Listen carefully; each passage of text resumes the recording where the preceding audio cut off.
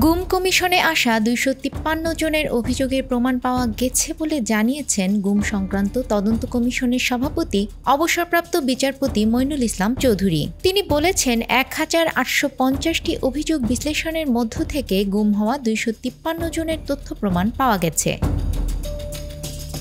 এ সময় গুমের সঙ্গে র্যাব সবচেয়ে বেশি জড়িত বলেও জানান গুম কমিশনের সভাপতি।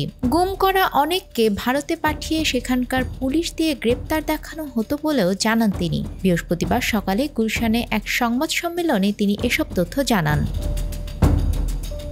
মইনুল ইসলাম চৌধুরী বলেন, এতে স্পষ্ট হয় যে বিগত সরকারের শাসনামলে গুম একটি সুশৃঙ্খল ও প্রাতিষ্ঠানিক রূপে জঙ্গিবাদ বিরোধী অভিযানের ছায়াতলে ইসলামী উগ্রবাদের হুমকিকে ব্যবহার করে রাজনৈতিক ক্ষমতা কেন্দ্রীভূত করা, আন্তর্জাতিক স্বীকৃতি অর্জন এবং শাসন দীর্ঘায়িত করার উদ্দেশ্যে পরিচালিত হয়েছে। যারা ভুক্তভোগী ছিল মেধাবী শিক্ষার্থী, রাজনৈতিক কর্মী, সাংবাদিক, ডাক্তার, ইঞ্জিনিয়ার সহ বিভিন্ন সরকারি বেসরকারি পেশাজীবী। এ প্রক্রিয়ায় তারা ফৌজদারি বিচার ব্যবস্থাকে অস্ত্র বানিয়েছে, আইন প্রয়োগকারী সংস্থা ও নিরাপত্তা বাহিনীকে রাজনৈতিক প্রভাবাধীন করেছে এবং নির্যাতন ও গোপন আটকের সংস্কৃতি প্রাতিষ্ঠানিকভাবে চালু করেছে।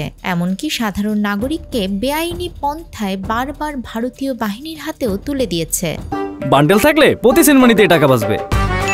বিকাশ সেনমানি বান্ডেল কিনে জিতুন প্রতি লেনদেনে। তিনি বলেন, ব্যাপারটা মোটেও এমন নয় যে একটি জঙ্গিবাদ দমন অভিযানে একজন অসাবধানী কর্মকর্তা কর্মচারী কর্তৃক কিছু মানবাধিকার লঙ্ঘনের ঘটনা ঘটেছে, বরং এটি ছিল একটি রাজনৈতিক উদ্দেশ্য প্রণোদিত দমন যন্ত্র যা জঙ্গিবাদ বিরোধী প্রচারণাকে ঢাল হিসেবে ব্যবহার করেছে। গুম কমিশনের সভাপতি বলেন, গুম থেকে ফিরে না আসা 12 জনের বিষয়ে প্রাথমিক অনুসন্ধান সম্পন্ন হয়েছে এবং তাদের গুমের জন্য কারা দায়ী তা প্রাথমিকভাবে শনাক্ত করতে পেরেছি। চলমান অনুসন্ধানের স্বার্থে এই মুহূর্তে এর চেয়ে বেশি প্রকাশ করা সম্ভব হচ্ছে না। গুমের সঙ্গে র্যাব সবচেয়ে বেশি জড়িত উল্লেখ করে মইনুল ইসলাম চৌধুরী বলেন, বাংলাদেশের গোয়েন্দাদের পাশাপাশি ভারতীয় গোয়েন্দা বাহিনীও জড়িত। বাংলাদেশে যারা জড়িত তাদের বিরুদ্ধে ব্যবস্থা নেওয়া হবে। ভারতীয় যারা জড়িত তাদের বিষয়ে আমরা কিছু করতে পারবো না।